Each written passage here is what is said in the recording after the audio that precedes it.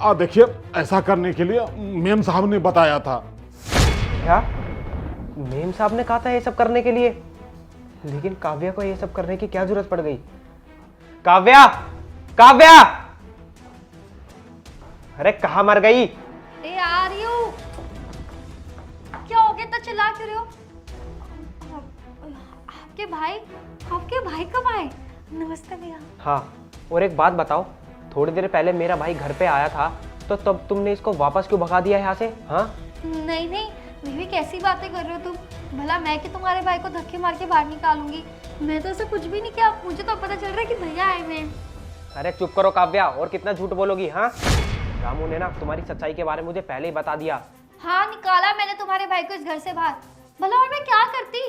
अरे जब देखो तुम्हारे घर में से कोई उठ उठ के इस घर में आ जाता है। और तुम एक बात बताओ, मैं इस घर की नौकरानी हूँ क्या कि सबकी जिम्मेदारी मैंने अपने सिर पे ले रखी है? अरे जब देखो तुम्हारे घर से कभी भी कोई आ जाता है और सारा काम मुझे करना पड़ता है। देखो मेरे से ना और हैंडलिंग नहीं होता, और नहीं तो मैं तुम्हारे घर के लोगों को संभाल सकती हूँ, समझे तुम?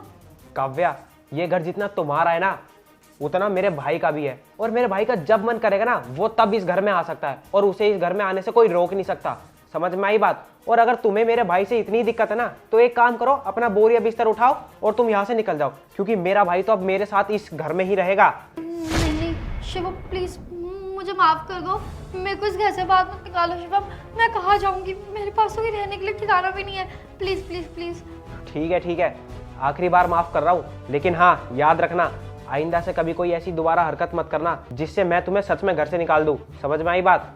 जी, अब सॉरी भैया। मैं खाना लेकर आती हूँ ना, मैं खाना लगाती हूँ। चलो भाई।